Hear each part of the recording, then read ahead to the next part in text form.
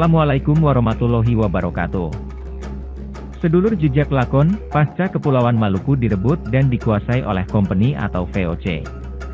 Company mulai memperluas perdagangannya di Pulau Jawa. Company melalui JP Chun menawarkan kerjasama perdagangan dengan Kerajaan Mataram yang sedang berkuasa di Pulau Jawa.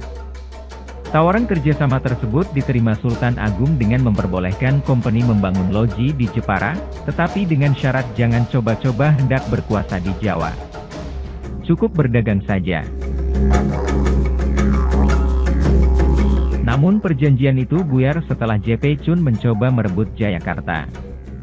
Sultan Agung murka dan memerintahkan untuk tidak memasok beras kepada company. Akibat Mataram tidak memasok beras, company menyamakan Sultan Agung dengan seekor anjing yang telah mengotori Masjid Jepara. Sultan Agung pun tersinggung. Pada Agustus 1618, Sultan Agung pun memerintahkan penguasa Jepara untuk menyerang loji company di Jepara. Penyerbuan terhadap loji Belanda menyebabkan 3 orang Belanda tewas dan yang lainnya dijadikan tawanan oleh Mataram. JP Chun pun menjeda upaya merebut Jayakarta.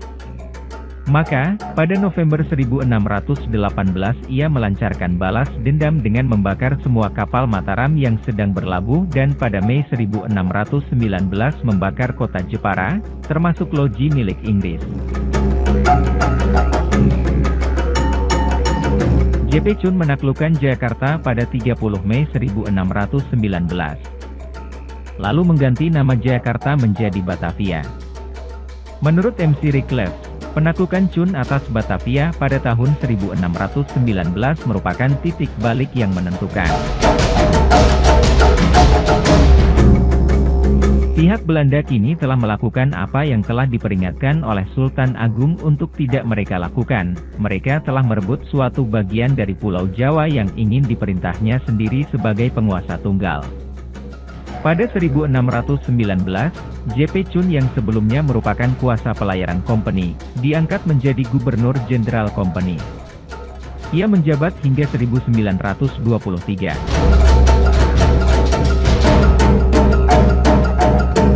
Pada 1614, ketika company mengirim utusan ke Mataram, Sultan Agung menerima tawaran persahabatan dari company. Tetapi, jika company mempunyai maksud merebut tanah Jawa, maka Sultan Agung menegaskan, persahabatan yang diinginkan oleh company itu tidak akan pernah terwujud. Company perlu menjalin persahabatan dengan Mataram karena membutuhkan pasokan beras dari Mataram.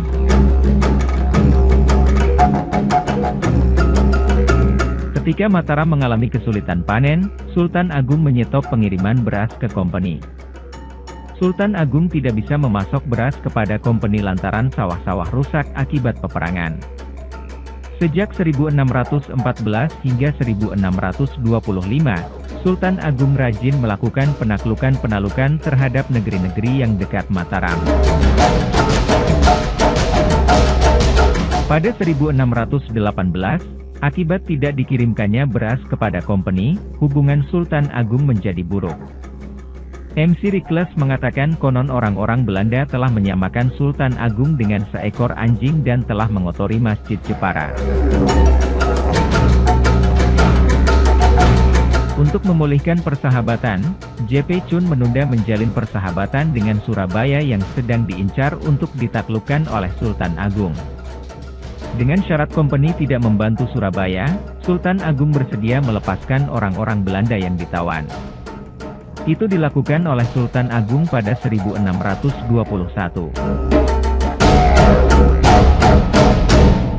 Pada tahun itu juga, Sultan Agung mengirim kembali beras kepada company. Company juga bersedia mengirimkan utusan-utusannya pada 1622-1624. Demikianlah kisah asal mula perseteruan Sultan Agung dengan company. Semoga video ini dapat memberikan wawasan baru dan menghibur sedulur jejak lakon. Terima kasih. Wassalamualaikum warahmatullahi wabarakatuh.